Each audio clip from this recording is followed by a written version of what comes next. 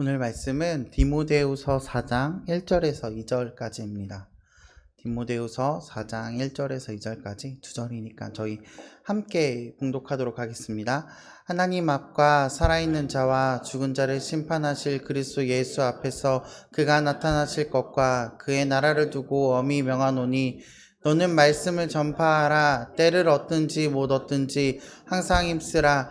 범사의 오래 참음과 가르침으로 경책하며 경계하며 권하라. 아멘. 오늘은 좀 특별한 시간을 가지려고 합니다. 오늘부터 한 몇 주 동안 저희가 이슬람에 대해서 조금 알아가는 시간을 가질까 합니다. 그래서 조금은 새로운 방법일 수도 있겠지만 잘 들어주시면 저희 생각보다 저희 삶 속에 이슬람이 굉장히 많이 가까이 다가와 있더라고요. 그래서 이런 것도 있었구나, 이슬람은 이런 거구나 라는 이해의 시간이 되었으면 좋겠습니다. 제가 유치부를 사역할 때가 있었습니다. 제 유치부 사역 굉장히 잘 어울리지 않습니까? 유치부 사역을 굉장히 오랫동안 많이 했었습니다. 아이들과 함께 즐겁게 이제 사역을 하다가 아이들도 저를 좋아해주고 저도 아이들을 좋아하다 보니 시너지가 좋았는지 아무튼 굉장히 즐겁게 사역을 했었습니다.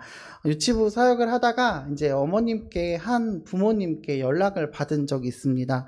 굉장히 화가 나셨더라고요. 굉장히 화가 나서 아니 전도사님 어떻게 이럴 수가 있어요 라고 말씀을 하시는 겁니다. 그래서 평소에 굉장히 인자하시고 그리고 굉장히 저한테 따뜻하게 말씀해 주시는 분이었는데 왜 이렇게 무슨 일이 있으신 걸까라는 생각을 하면서 전화를 받았습니다. 혹시 아이가 다른 친구랑 싸워서 맞은 건가?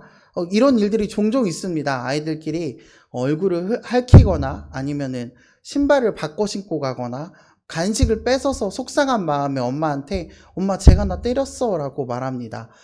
사실 거짓말인데 그렇게 말을 하더라고요. 그래서 이제 설명을 드리고 이렇게 오해를 풀곤 하였지만 아무튼 무슨 일이지 하고 전화를 받아서 이야기를 해보니까 왜 교회에서 이런 과자를 주냐라고 하는 것이었습니다. 처음에는 잘 이해가 되지 않았습니다. 왜냐면 이 과자는 제가 굉장히 좋아하고 자주 잘 먹었던 과자였기 때문이었습니다. 혹시 이런 과자를 보신 적 있을까요? 이거 보신 적 있으세요? 이거 드셔본 적 있으세요? 혹시 안 드셔보신 분 있으실까요? 없죠? 보세요. 이게 저는 굉장히 좋아합니다. 이거 하나 이렇게 뜯어 먹다 보면 한 자리에서 한 줄 정도는 그냥 먹을 수 있을 정도로 굉장히 이렇게 뜯어서 아무 생각 없이 먹다 보면 굉장히 많이 먹는 음식인데 왜 이렇게 어머니께서 화를 내셨나라고 봤더니 저기에 붙어 있는 크리스피 포테이토 크리스피라고 써 있고 오른쪽 맨 아래 저기 동그랗게 된 마크 보이실까요? 저게 무슨 마크인지 혹시 아시는 분 계실까요?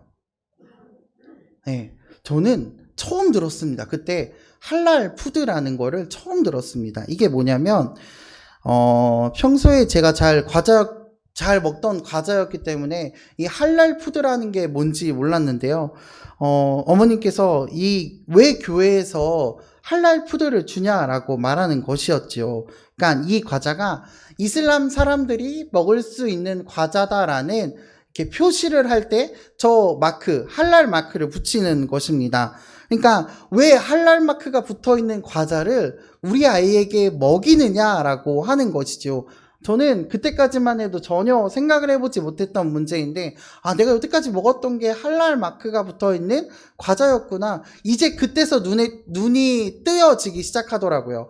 처음에는 저 모양이 보이지도 않았어요.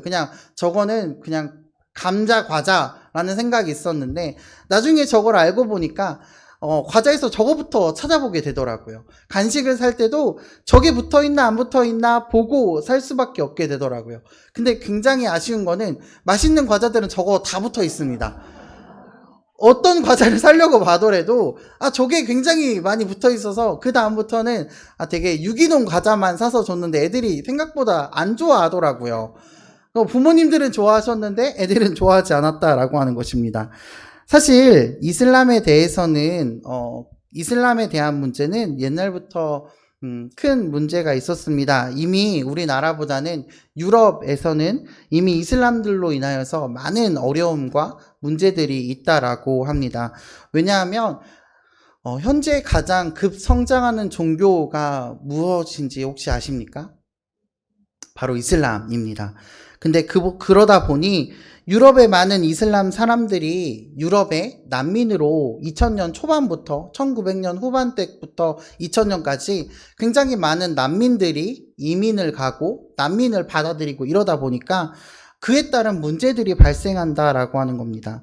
예를 들어서 이슬람 사람들이 많아지면서 이슬람 사람들은 세속법을 반대합니다. 예를 들어서 영국에 가면 영국의 법을 따라야 하지 않습니까? 한국에 가면 한국의 법을 따라야 하지 않습니까? 근데 이들은 자신들의 율법인 샤리아라고 하는 그 율법을 추구합니다. 그러다 보니까 영국의 사법제도의 일부로 공식 편입됐다고 합니다. 그래서 85개의 샤리아 법정이 세워졌다라고 하는 겁니다. 이게 세워질 수밖에 없는 게 이 영국 내에 그 사람들이 많아지다 보니까 이슬람 사람들이 점차 많아지고 그리고 그들은 많은 결혼을 하고 많은 자녀들을 낳다 보니까 그들이 사회에 성장하고 사회에 어느 정도 그 위치에 올라가고 나니까 이제 그들의 요구를 하는 겁니다. 영국 정부에다가 우리 샤리아 법정을 세워줄 수밖에 없지 않습니까? 85개의 샤리아 법정이 세워졌다고 합니다. 이런 상황 속에서 우리나라도 이 이슬람의 문제에 대해서 안전하진 않은 것 같습니다. 제가 좀 전에 말씀드렸던 것처럼 과자 하나도 이미 벌써 우리가 너무 익숙하게 먹고 있는 그 과자조차도 그 마크가 붙어 있습니다.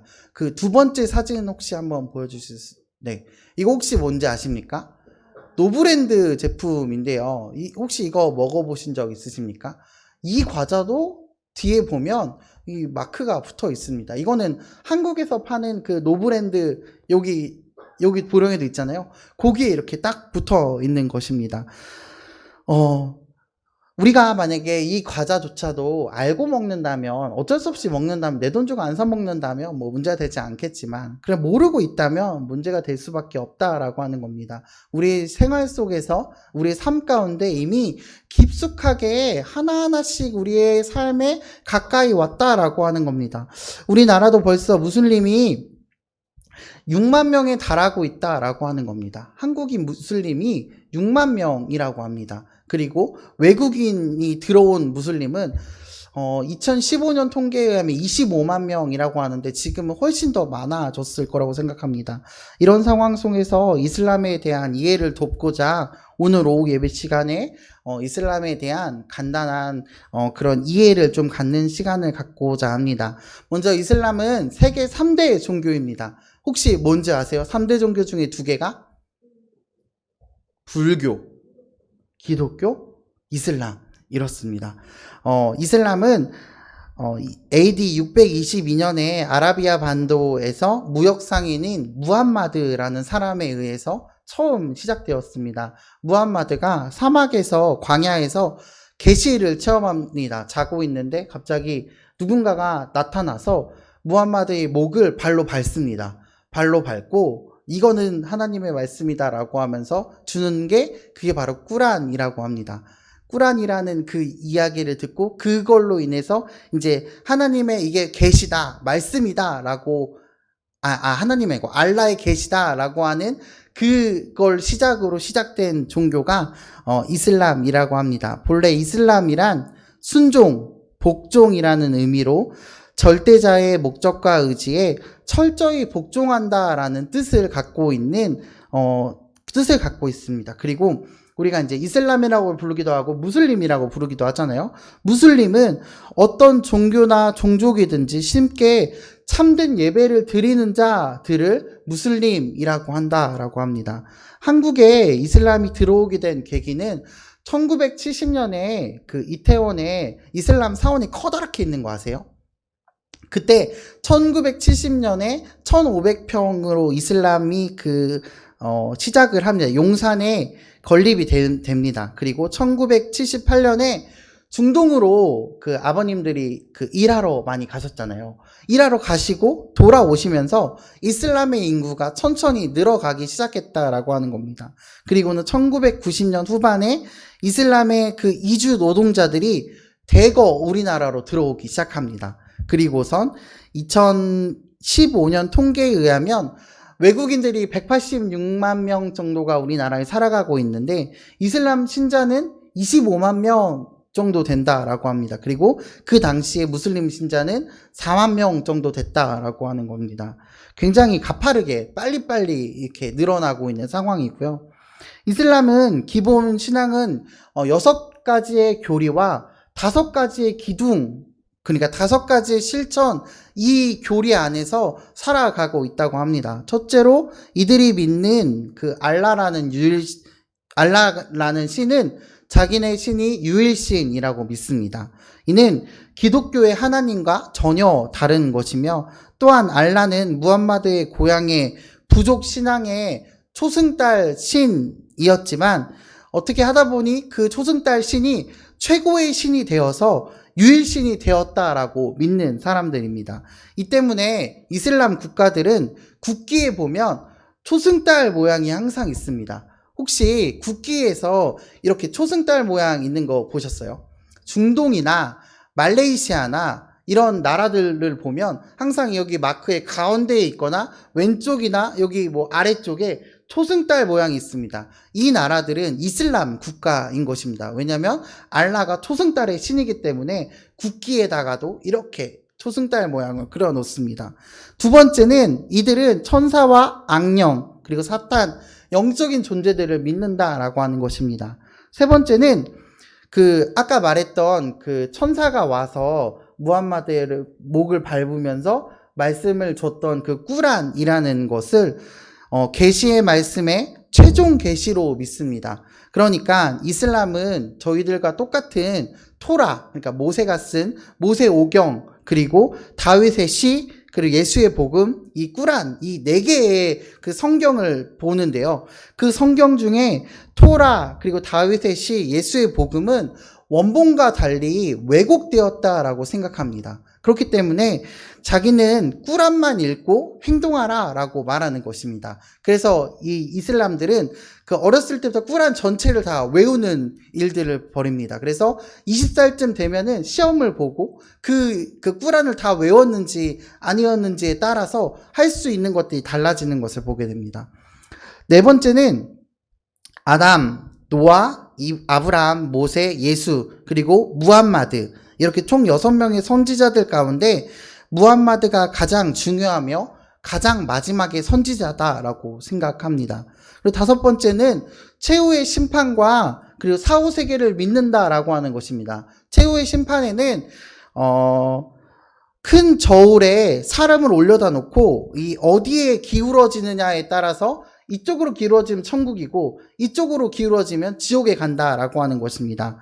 또한 예수가 재림해서 자신을 무슬림이라고 선언한 뒤에 사람들을 개종하라고 촉구하는데 이때가 종말의 때다라고 그런 교리를 받아들입니다. 6번째는 이들은 알라의 뜻을 믿습니다. 무엇이든지 무슨 일에든지 알라의 뜻에 따를 것이며 인간의 운명은 영원 전부터 전해져 있다라고 생각한다라고 하는 겁니다. 이것들이 기본 교리이고 5가지의 실천을 해야 되는 그 기본 그 핵심 원리들이 있습니다.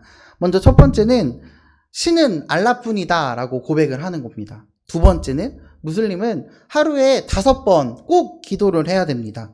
세 번째, 구제를 의무적으로 해야 하며, 네 번째는 이슬람의 그 달력 중에 9번째 달에 라마단이라는 기간이 있는데요. 그 기간에는 음식을 아무것도 먹으면 안 되고 음료수도 먹지 않는 그 특별한 그 기간을 보낸다라고 하는 것입니다. 그리고 5번째로는 평생에 한 번 성지순례를 가야 됩니다.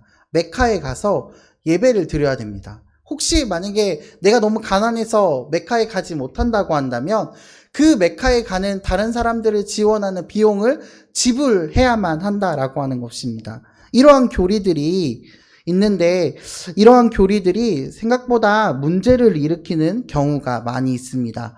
어떤 것이냐면요. 자하드라는 것 혹시 들어보셨을까요? 자하드는 이슬람을 위한 투쟁으로 이슬람을 포교하고 악과 부패에 대항한다라는 뜻인데 실제로는 이렇게 쓰이기보다는 알라를 인정하지 않는 자들에 대한 종교적 처벌이 이루어진다라고 하는 것입니다. 즉 알라의 이름으로 행해지는 모든 자폭 테러와 인명살상의 행위를 합리화하고 그 자하드로 순교하면 확실하게 천국으로 가는 길을 보장받는다라고 하는 것입니다. 이 일이 미국 9.11 테러가 이런 걸로 이제 된 거죠. 그리고 두 번째는 이 되게 특별한 그 교리인데요. 만수크라는 취소의 개념이 있습니다. 굉장히 편리한 개념인데요. 예를 들어 알라가 계시한 두 말씀이 있습니다. 내가 만약에 이렇게 행동하라 라고 하고 이거는 내가 오른쪽으로 행동하라 라고 말하고 이거는 왼쪽으로 행동하라 라고 말했으면은 이게 첫 번째로 말한 거고 이게 두 번째로 말한 거면은 이게 만약에 서로 상반되는 내용이지 않습니까? 그러면 후에 말한 게 맞는 것이다 라고 하는 거죠. 그러니까 내가 알라가 두 개를 말했는데 그 두 개 중에 서로 상반되는 내용이면 후작게 옳은 거다라고 말하는 거죠. 네. 이런 개념이 있다라고 하는 거고, 타키야라고 하는 개념은 이슬람을 좋게 보이기 위해서는 거짓말을 해도 된다. 이슬람은 미화시키는데 거짓말을 해도 그게 죄가 되지 않는다라고 하는 개념입니다. 또 세 번째는 이슬람은 4명의 아내를 허용하는 일부 다처주의가 있습니다. 꾸란에 보면은 좋아하는 여성과는 2번, 3번 혹은 4번의 결혼도 좋다라고 하는 구절이 있습니다. 그러니까 4번까지는 결혼이 가능하고요. 그리고 또 4번째는 이들은 이혼을 합리화하면서 2번에 이혼할 권리가 있습니다. 그리고 아내를 폭행할 수 있는 권리도 있습니다. 이러한 문제들이 있는 이슬람이 어느새 우리의 삶 가운데 가까이 온 것 같습니다. 이슬람은 다양한 전략을 갖고 그 나라를 들어가는 나라들을 이슬람화하기 위해 노력하는데요. 예를 들면 그 꾸란 읽기와 그 읽기를 위한 아랍어 배우기와 아랍어 강의를 통해서 포교 활동을 펼치기도 합니다.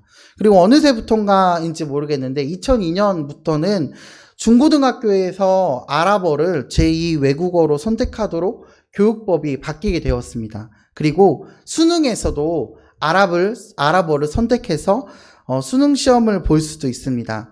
또한 아까 영국에서 진행됐던 것과 같이 그들의 율법인 샤리아를 홍보하고 세계화하기 위해서 굉장한 노력과 굉장한 힘을 많이 들이고 있다라고 하는 겁니다. 미국에서는 범죄자가 이슬람 신자라고 한다면 미국 법이 아니라 샤리아 법정에서 별도로 설치하여서 재판을 받는다라고 하는 것입니다. 근데 이런 그 샤리아 법이 우리나라에서도 이슬람의 법과 문화를 확장시키는데 굉장히 많은 노력을 지금 벌이고 있다라고 하는 것이지요. 혹시 대구에 이슬람 사원이 지금 세워지고 있는 것 혹시 아십니까? 근데 주변 그 상인들이 굉장한 반대로 지금 짓는 도중에 멈춰 있다라고 하는 것이죠. 우리나라에도 이슬람 사원이랑 그 이슬람 기도처가 2,000개인가 된다고 하더라고요. 이슬람 사원은 별로 없는데 이슬람 기도처가 생각보다 많이 있습니다. 용산역에도 있고요. 에버랜드에도 있고요. 굉장히 좋은 시설들에는 꼭 무슬림들이 기도할 수 있는 기도처가 굉장히 많이 발생되고 있다라고 하는 거죠. 우리나라인데 우리나라 사람들이 대다수가 이용하는 것인데도 불구하고 그들을 위한 그 공간들이 속속들이 지금 만들어지고 있다라고 하는 것이죠. 이러한 전략을 통해서 이슬람은 2020년까지 작년까지였는데요. 한국을 이슬람 국가로 만들어서 동북아 지역 전초기지로 삼겠다라고 하는 전략을 세우고 그 전략을 위해서 열심히 달려나가고 있다라고 하는 것입니다. 이러한 상황 가운데 우리는 어떤 자세를 취해야 될까라는 생각을 좀 해보게 되었습니다. 먼저 이슬람에 대해서 정확히 아는 것이 먼저지 않을까라는 생각을 했습니다.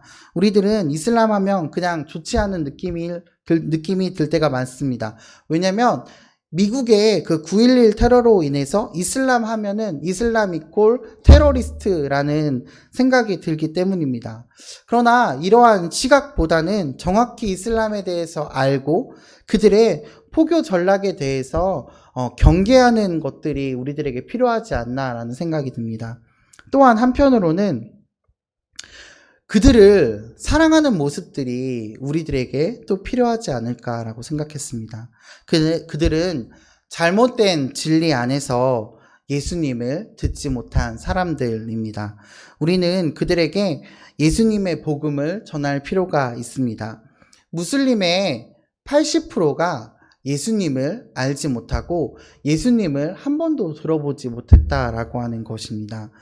이는 이슬람에 대한 무관심으로 인해서 이슬람에게는 복음 전도가 잘 들어가지 않고 복음을 전하러도 가지도 않고 관심을 갖지도 않기 때문입니다. 무슬림 중에서 회의를 느끼고 개종하는 인원들이 있는데요. 그 중에 5%가 기독교로 개종한다라고 하는 사실입니다. 이는 굉장히 희망적인 이야기이지 않습니까? 무슬림이었는데 무슬림이 개종을 하는데 그거를 기독교로 개종을 한다라고 하는 이야기입니다. 이는 우리가 그들에게 예수님의 복음을 전할 필요가 있음을 보게 되는 것입니다. 오늘 본문의 말씀인 디모데후서의 내용은 우리들이 너무나 아마 잘 알고 계시는 내용일 것입니다. 바울의 목회 서신에 해당하는 내용이고 이는 또 목회자로서 갖춰야 할 지침들에 대해서 교훈하고 있는 책이다라고 하는 것입니다. 특별히 3장부터 4장까지에는 이런 내용들이 있습니다. 그리스도인답게 살아가는 사람들에게는 불가피한 박해가 온다라고 하는 사실입니다. 그리고 그 박해에 맞서는 그리스도인들의 자세와 그리고 마지막으로 바울의 개인적인 부탁들이 3장, 4장에 적혀 있다라고 하는 것입니다. 바울은 그리스도 예수 안에서 경건하게 살고자 하는 자는 박해를 받을 것이다 라고 말한다라고 하는 것입니다. 그러면서 이 박해를 받을 때 우리는 두 가지 행동을 해야 된다라고 말하는 것입니다. 첫 번째는 바울은 이렇게 얘기합니다. 성경에 충실하라 라고 말하는 것입니다. 고난을 극복하는 방법은 하나님의 말씀을 듣고 하나님의 말씀을 더 배우고 익히고 힘쓰는데 필요하다라고 하는 것입니다. 디모데후서 3장 15절을 함께 읽어보겠습니다. 디모데후서 3장 15절입니다. 시작. 또 어려서부터 성경을 알았나니 성경은 능히 너로 하여금 그리스도 예수 안에 있는 믿음으로 말미암아 구원에 이르는 지혜가 있게 하느니라. 아멘. 그렇습니다. 성경에는 믿음으로 말미암아 구원에 이르게 하는 지혜가 있다라고 하는 것입니다. 그렇기 때문에 우리는 고난을 받을 때 그리고 어려움이 있을 때 그 어려움을 극복하는 방법 중에 하나가 하나님의 말씀을 더욱더 힘쓰고 배우기에 힘쓰고 말씀을 듣고 묵상하기에 힘쓰는 일이 필요하다라고 하는 것입니다. 두 번째는 전도자의 사명을 다하라라고 하는 권면입니다. 바울은 두 번째로 이렇게 얘기합니다. 디모데후서 4장 2절을 함께 읽어보겠습니다. 디모데후서 4장 2절입니다. 시작.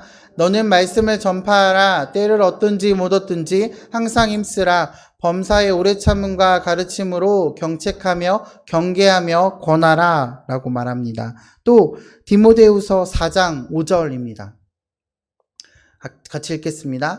그러나 너는 모든 일에 신중하여 고난을 받으며 전도자의 일을 하며 내 직무를 다하라 라고 말하고 있습니다. 이 두 구절은 오늘 우리들에게 말씀하시는 것 같습니다.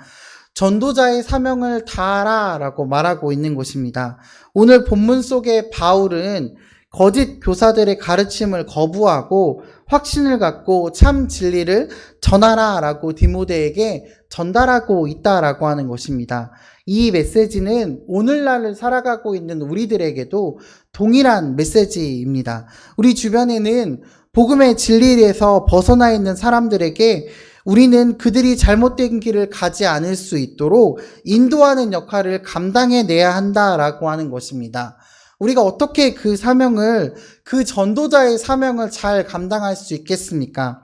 바로 하나님의 말씀을 더 배우고 익히는 일에 힘쓸 때에 그 역할을 잘 감당할 수 있을 것이다 라고 하는 것입니다. 우리가 복음에 바로 서 있지 않고 우리가 복음을 제대로 알지 못한다면 진리를 벗어난 그들에게 복음을 전할 수 없다라고 하는 것입니다. 우리가 참된 하나님의 말씀 안에 배우고 익히기를 힘쓴다면 우리들은 전도자의 사명을 잘 감당할 수 있을 것이다 라고 하는 것입니다. 말씀을 정리하겠습니다. 우리가 살고 있는 이 세대는 참으로 어려운 세대인 것 같습니다. 가장 급성장하고 있는 이슬람은 어느새 우리의 코앞까지 다가와 있습니다. 그들의 문화, 그리고 그들의 종교, 그들의 삶의 방식은 어느새 우리의 삶의 방식과 우리들의 삶의 모든 문제들을 위협하고 있다라고 하는 것입니다. 이러한 상황 가운데 우리가 처해야 될 태도는 오늘의 말씀과 같이 경계하되 사랑하라 라는 태도가 우리들 가운데 있어야 될 것 같습니다. 분명 진리가 아닌 것들에 대해서는 경계하는 태도를 우리가 보여야 하는 것입니다. 그러기 위해서는 어떻게 해야 되냐면 우리는 말씀을 알기에, 말씀을 배우기에, 말씀을 묵상하기에, 말씀 안에 거하기에 더 열심을 다해야 되는 것입니다. 말씀 앞에 우리의 삶을 조명해야 합니다. 그렇게 하다 보면 바울이 디모데에게 권면했던 것 같이 우리들은 전도자의 사명을 잘 감당할 수 있을 것입니다. 또한 예수님의 복음이 필요한 이들에게 참 복음을 전하고 그 사명을 감당할 수 있을 것입니다. 우리 모두가 하나님 말씀 앞에 바로 서서 경계하고 사랑하는 삶을 살아가는 여러분들 되시길 소망합니다. 유럽은 지금 이슬람으로 인해서 굉장히 큰 어려움을 겪고 있다고 합니다. 프랑스에서 낳고 있는 아이들 중 4명 중에 1명이 이슬람 사람들이라고 합니다. 굉장히 많은 아이들이 자라고 있고요. 굉장히 많은 이슬람의 문화들이 자라고 있습니다. 그렇게 자라다 보니까 유럽 교회들은 이미 다 무너졌고 유럽 교회들은 힘을 쓰지 못하고 있는 상황입니다.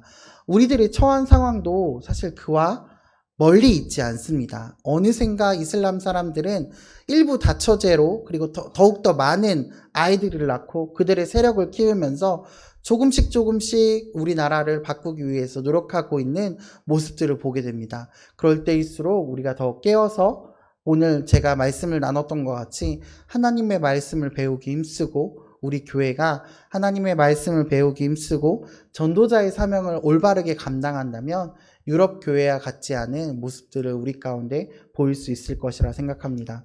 하나님께서 우리들에게 어려움을 주셨는데 이 어려움을 하나님의 말씀을 묵상하고 하나님의 말씀 가운데 거해서 정말 전도자의 사명을 잘 감당하는 저와 여러분들 되시길 소망합니다. 함께 기도하겠습니다.